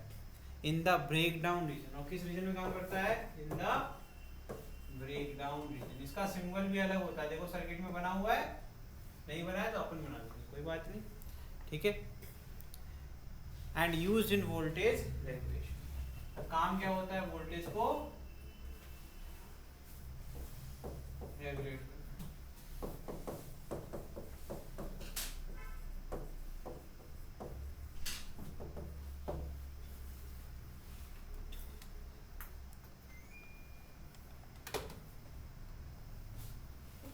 ठीक है, इसका सिंबल लिखिए, सिंबल ऑफ जेनर.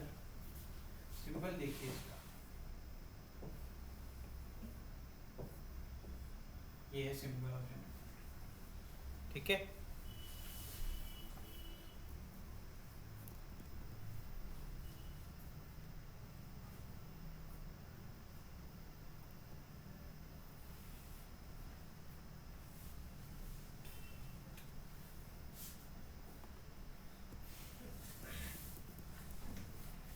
हो गया। Yes, sir. लिख, इन रिवर्स बायस्ड, ग्राफ में समझाता हूँ। In reverse bias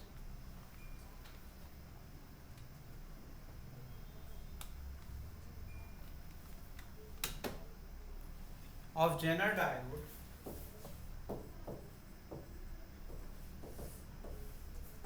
after breakdown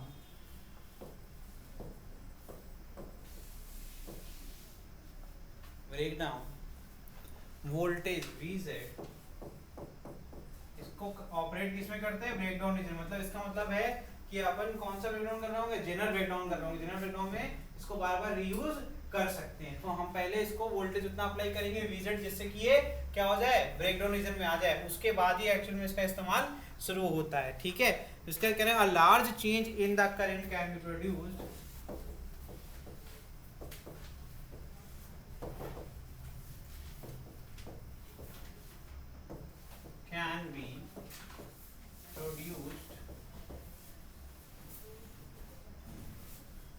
by almost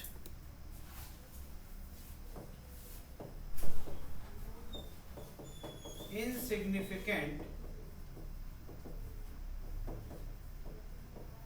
change in voltage of Zener। कह रहे हैं कि जेनर का वोल्टेज एकदम ना के बराबर चेंज करने पर हमें लार्ज अमाउंट ऑफ चेंज मिल जाता है करंट के अंदर। ठीक है, इन द रिवर्स बायस। ठीक है, ठीक, आगे लिखिए, इन अदर वोल्टेज, अरे in other word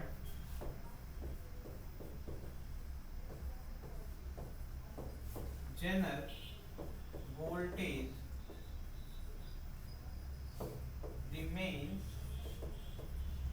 remains constant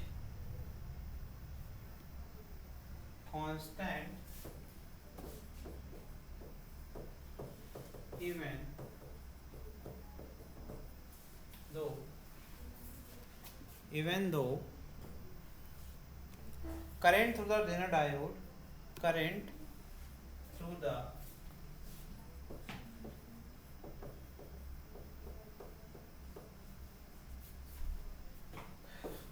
Zener diode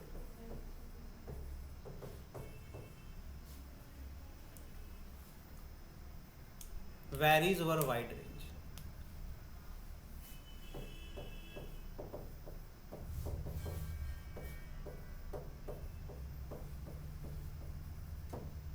This property of Zener is used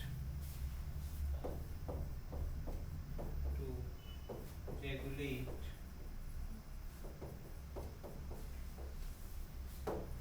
इसी प्रॉपर्टी की वजह से इसको यूज करते हैं वोल्टेज रेगुलेटर की तरह। अभी पढ़ने जा रहे हैं इसके बाद zener diode as a voltage regulator. ये टॉपिक बहुत इंपॉर्टेंट है, इसको हल्के में मत लेना। ठीक है, जेनर डायोड हमेशा इंपॉर्टेंट रहा है और हमेशा रहेगा।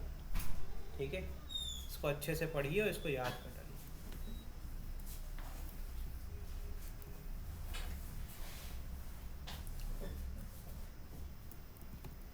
चले भाई, देखिए zener diode as voltage regulator, इसमें लिखिए, इसके आगे लिखिए as voltage regulator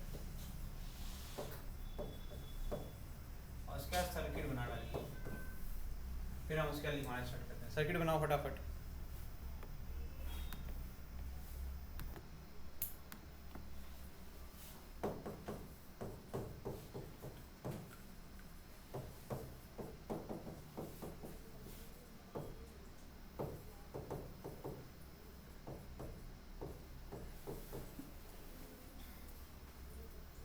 of rectifier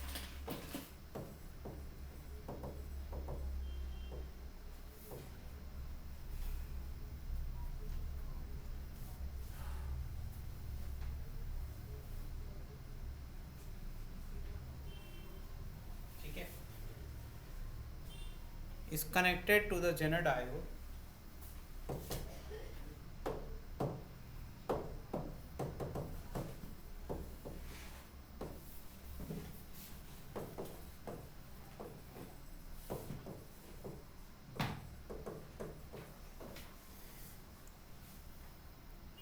through a series resistance Rs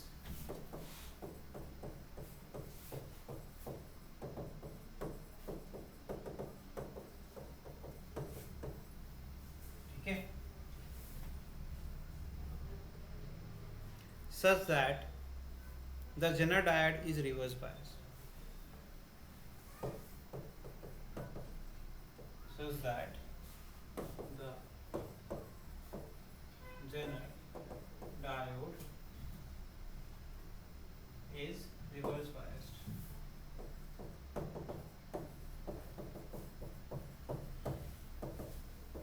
क्योंकि जेनर किस में काम करता है, रिवर्स में ही काम करता है, ठीक है, ठीक है. If the input voltage increases, the current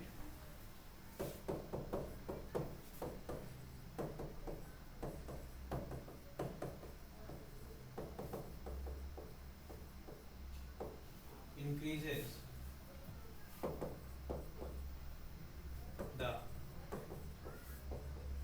current through RS and Zener also increases. Series resistance and Zener also increases.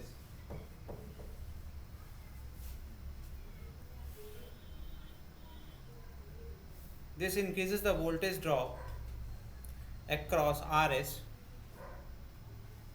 This increase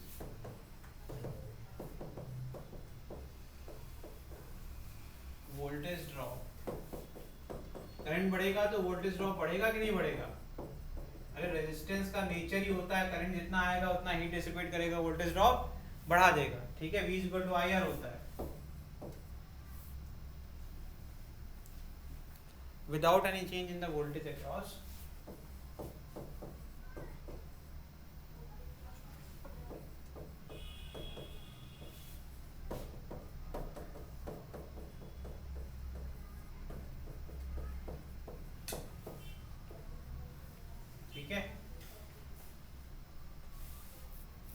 this is because in the breakdown region voltage of Zener remains constant.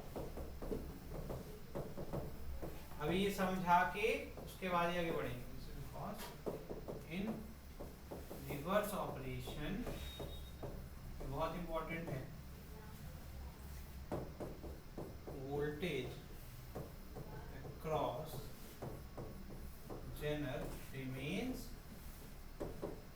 constant.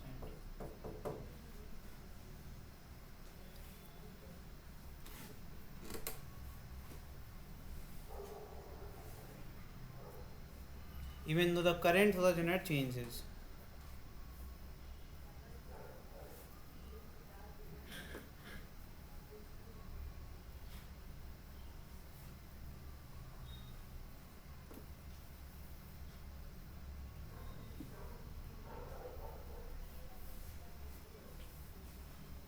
हो गया, आगे लिखिए. Similarly, if the input voltage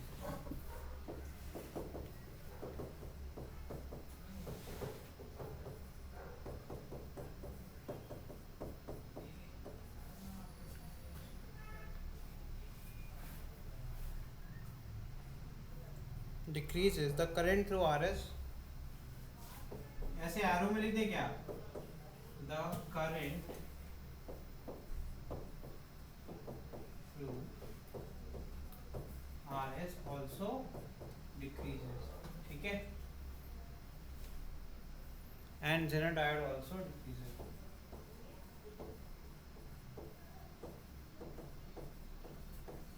current की बात हो रही, अभी voltage की बात करेंगे. Resulting in voltage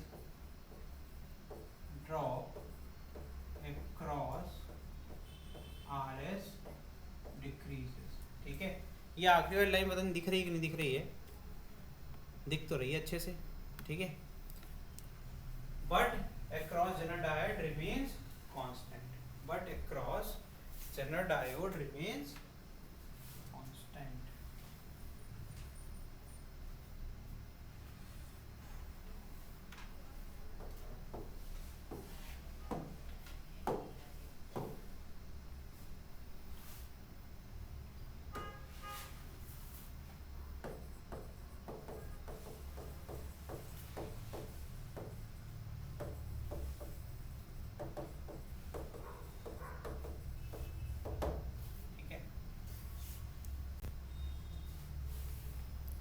बस कंप्लीट हो गया, यही कंक्लूड करना है इसको, ठीक है। अब सुनो, जेनर डायोड हमने पढ़ा कि एक ऐसा डायोड होता है स्पेशल टाइप का जो कि रिवर्स ऑपरेशन में काम करता है, फॉरवर्ड में काम नहीं करता है। ये किस रीजन में काम करता है सर? जब ब्रेक डाउन हो जाएगा उसके बाद ही एक्शन में इसका वर्क स्टार्ट होता है, क्योंकि इसको यूज किया जाता है एज अ वोल्टेज रेगुलेटर। अब वोल्टेज रेगुलेटर का मतलब क्या है? वोल्टेज को कांस्टेंट बना के रखे, whether the current increases or decreases doesn't matter, ये वोल्टेज को कांस्टेंट बना के रखे, इसी ऑपरेशन कहते हैं वोल्टेज रेगुलेशन। समझ में आ गया? तो हमने क्या कर दिया, जो अभी फुल वेव रेक्टिफायर बनाया था उससे जो आया था फिल्टर आउटपुट हमने लिया, उसको हमने एक सीरीज रेजिस्टेंस के अक्रॉस से पास करा दिया। इस तरीके से कराया कि जो आपका जेनर डायोड कनेक्टेड है उसका पॉजिटिव टर्मिनल कनेक्टेड है आपका किससे? एन से, और इससे पीसी से रिवर्स बायस्ड रहे। ठीक होगा क्या सर? यहाँ से करंट आता जाएगा तो यहाँ पर वोल्टेज ड्रॉप होगा, simple Ohm's law, I V equal to I है, तो current supplied I into RS हो जाएगा वोल्टेज ड्रॉप। यहाँ से करंट पहुंचेगा, यहाँ से करंट बढ़ जाएगा, दो हिस्सों में, एक IZ के पास जाएगा और एक सीधे जाएगा। क्लियर है? अब जब इधर से करंट आएगा तो करंट अगर आगे फ्लो करेगा, इसमें रिवर्स ब्रेक डाउन वोल्टेज ये क्रॉस कर चुका है, और VZ के बाद ये क्या करेगा? रिवर्स ऑपरेशन स्टार्ट कर देगा। यही करिए। फिर आपने पिछले स्लाइड में सिखाया हम लोग को कि इसकी एक स्पेशल प्रॉपर्टी ये होती है कि ब्रेकडाउन के बाद विदाउट चेंजिंग जो आपका स्लाइड चेंज आपका जो वोल्टेज है उससे आपको बहुत लार्ज आपको चेंज देखने को मिलता है करंट में। मतलब मैं कह सकता हूँ कि ना के बराबर वोल्टेज को डिस्टर्ब किया और बहुत ढेर सारा चेंज हमें मिला। इसलिए देखो ये ग्राफ जो बन रहा है वो straight line, approximately straight line देखने को मिल रहा है हमको। Same value of voltage, approximately same value of voltage पर अलग अलग करंट हमको देखने को मिलता है। यही स्पेशल प्रॉपर्टी इसको जेनर डायोड बनाती है। समझ में आ रहा है कि नहीं आ रहा? ओके, अब हमने यही सेम प्रॉपर्टी यूज करने की कोशिश करी। हमने यहाँ करंट इंक्रीज करते गए ब्रेकडाउन रीजन में हमने ये पाया करंट इंक्रीज हो रहा है तो वोल्टेज ड्रॉप यहाँ इंक्रीज हो रहा है, क्योंकि I इंटू R जितना ज्यादा I की वैल्यू बढ़ेगी, I इंटू R से प्रोडक्ट की वैल्यू बढ़ेगी तो वोल्टेज ड्रॉप बढ़ेगा, ये हीट डिसिपेशन होता रहेगा। लेकिन हमने ये पाया कि यहाँ पर भैया कोई फर्क नहीं पड़ रहा है, करंट बढ़ा दो इसके अंदर से वो निकल जा रहा है, लेकिन लोड के अक्रॉस जो वोल्टेज मिल रहा है वो आपको कांस्टेंट वोल्टेज मिल रहा है, बिकॉज पैरेलल में करंट सेम रहता है, पैरेलल में वोल्टेज सेम रहता है, पैरेलल में वोल्टेज सेम होता है। तो आखिरी जो पैरेलल ब्रांच रहेगी जितना वोल्टेज वो ट्रांसफर करेगी उतना ही आगे वाले को मिलेगा। इलेक्ट्रिसिटी पढ़ाया था कि नहीं पढ़ाया था? तो जो भी ये VZ है वही यहाँ VZ आगे तो रेगुलेटेड वोल्टेज देगा कि नहीं देगा? देगा ना भैया। तो करंट को कौन बैलेंस कर रहा है? तो कहोगे सर यहाँ पे तो कंजर्वेशन ही, कंजर्वेशन बिल्कुल हो रहा है भैया। करंट जो है एक्सेस करंट यहाँ से निकल जा रहा है, कहाँ से? VZ से। ओके, सर्किट बैलेंस है, ठीक है। तो करंट चाहे इंक्रीज किया, पहले वाले केस में करंट इंक्रीज किया, देखो करंट इंक्रीज कर रहे हैं, वोल्टेज इंक्रीज कर रहे हैं, लेकिन अक्रॉस आपके जेनर कांस्टेंट है। यही उसकी प्रॉपर्टी हुआ करती थी कि करंट कितना भी वेरी करोगे कोई फर्क नहीं पड़ेगा, वोल्टेज आपका ब्रेकडाउन रीजन में कांस्टेंट रहेगा। दूसरे वाले केस में हमने क्या किया? दूसरा वाला केस लिखा हुआ है कि जेनर के अब यहाँ कांस्टेंट है, सिमिलरली जब इनपुट वोल्टेज को घटा दिया, इसको वोल्टेज को घटा दिया, करंट भी घट गया, जिससे कि वोल्टेज ड्रॉप अक्रॉस RS भी घट गया, IZ भी घट गया, लेकिन ब्रेकडाउन रीजन में होने के कारण इसका VZ बना, वोल्टेज मेंटेन रहा। यहाँ कुछ फर्क पड़ा नहीं, रेगुलेटेड था, रेगुलेटेड है और आगे भी यही प्रॉपर्टी, स्पेशल प्रॉपर्टीज को जेनर डायोड बनाती है। समझ में आ गया कि नहीं आ गया? तो इसका मतलब we can conclude that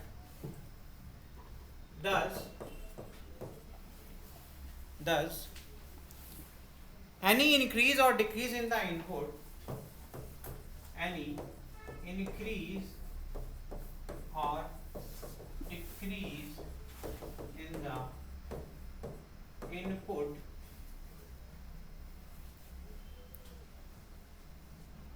voltage result in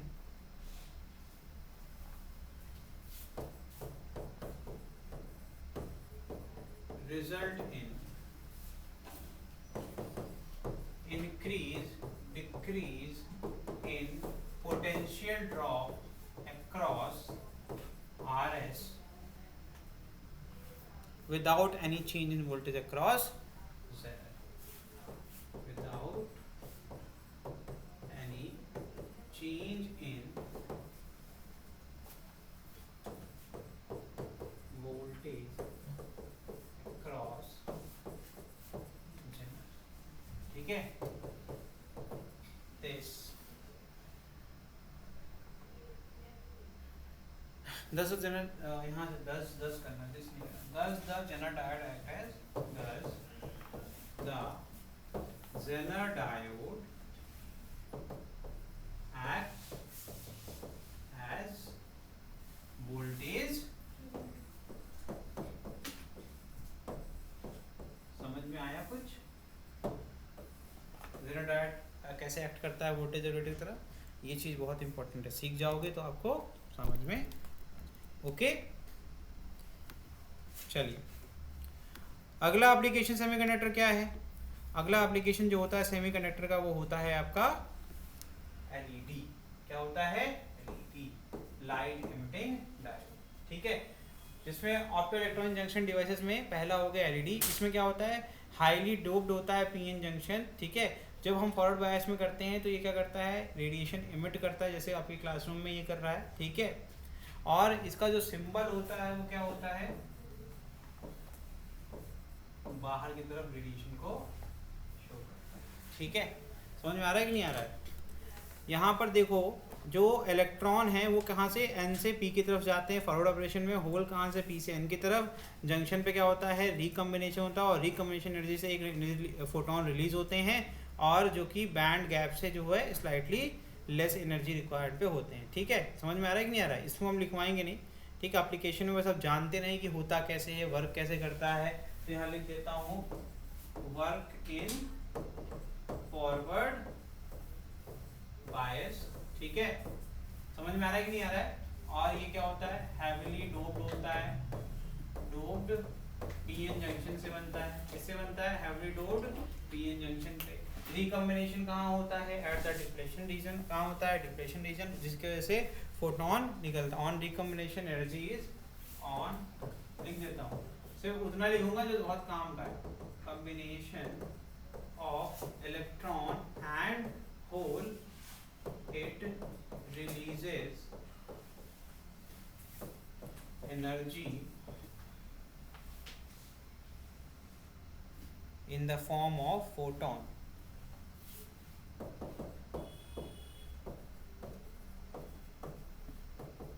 ठीक है, of energy equal to or slightly less than the band gap.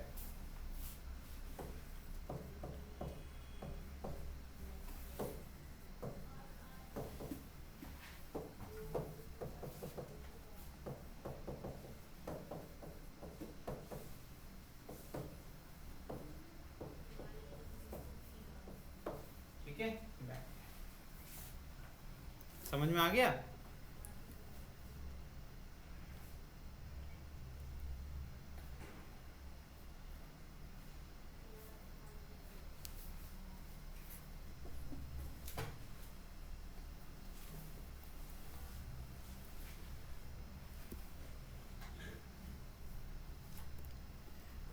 To form LED, semiconductors used which have to form LED semiconductor used which have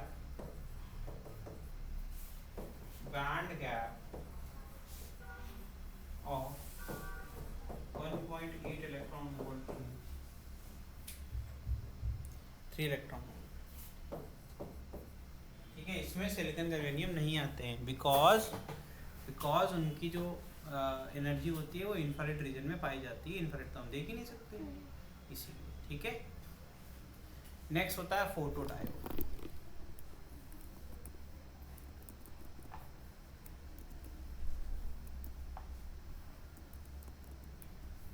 photo diode हम लोग पढ़ेंगे अच्छे से। हो गया? Next होता है फोटो डायोड। इसका फिगर बनाइए फटाफट। चलिए इसको खत्म करते हैं।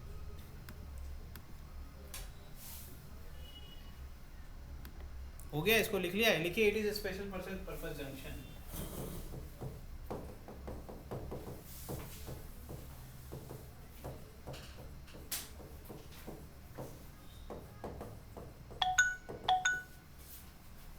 Special purpose junction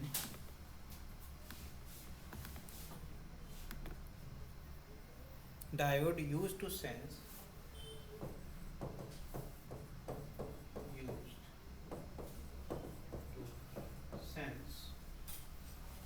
and measure incident light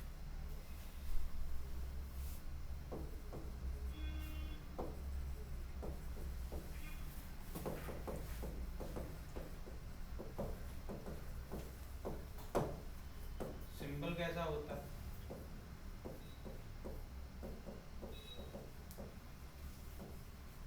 ठीक है, it is operated under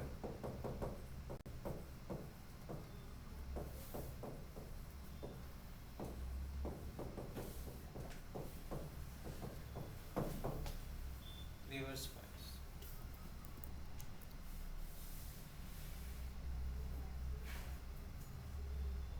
हम लोग ने मॉडर्न फिजिक्स पढ़ी थी ना, उसके अंदर हम लोग ने पढ़ा था कि जो फोटॉन्स पैकेट के फॉर्म में आते हैं, आई थिंक वो सब तो पता ही है तुम लोग को, है? तो यहाँ पर भी तो ऐसे ही कुछ हो रहा है। देखिए लिखिए, when light energy of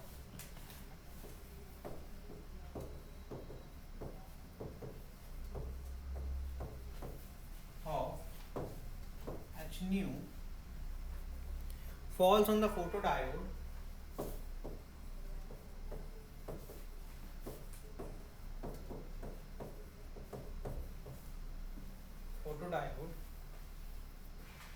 more electron move from valence band to conduction band।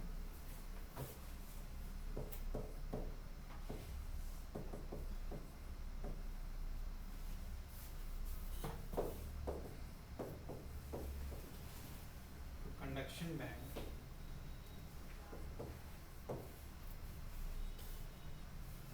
due to this current in circuit of photodiode, due to this current in circuit of photodiode increases। Circuit clear है कि reverse है, तो reverse circuit लिख सकते हो, ठीक है। As light intensity increases the photo current goes on increasing.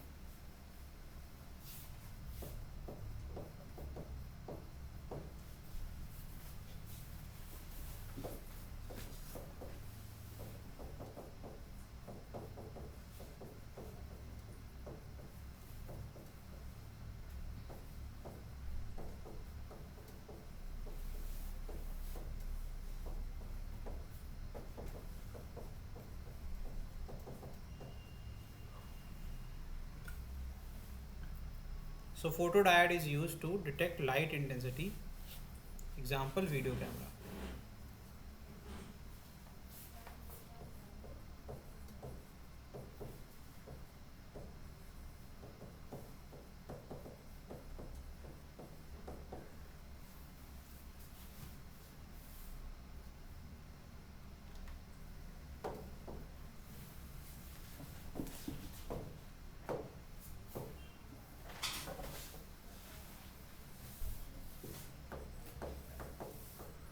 Detect light intensity। Example, video। ठीक है, एक बार देख लो इसका ग्राफ देख लो। रिवर्स में है तो ऐसे ऐसे इंटेंसिटी आपकी देखिए, अलग अलग इंटेंसिटी में अलग अलग आपको सैचुरेशन करंट देखने को मिल रहा है। समझ में आ रहा है कि नहीं आ रहा है? इंटेंसिटी बढ़ रही है तो करंट भी बढ़ रहा है। समझ में आ रहा है? ओके। तो इससे क्या होता है, इंटेंसिटी बढ़ती है तो एच न्यू की एनर्जी इंक्रीज होती है, एनर्जी इंक्रीज होती है तो ज़्यादा एक्साइट होकर कहाँ जाते हैं, वैलेंस से कंडक्शन Conduction में, band में। जिससे कि करंट ज़्यादा हमें देखने को मिलता है। कंडक्शन बैंड में जितने ज़्यादा इलेक्ट्रॉन होंगे उतना ज़्यादा कंडक्शन होगा। समझ में आ रहा है कि नहीं आ रहा? ये हो गया। अगली क्लास में हम लोग थोड़ा सा लॉजिक गेट के बारे में पढ़ेंगे और क्वेश्चंस लगाएंगे, ठीक। और एक और टॉपिक है सोलर सेल, उसके बारे में थोड़ा सा चर्चा करेंगे, ठीक है। और इस चैप्टर को वहीं पर ख़त्म करेंगे, ठीक है। आज के लिए इतना ही। Thank you.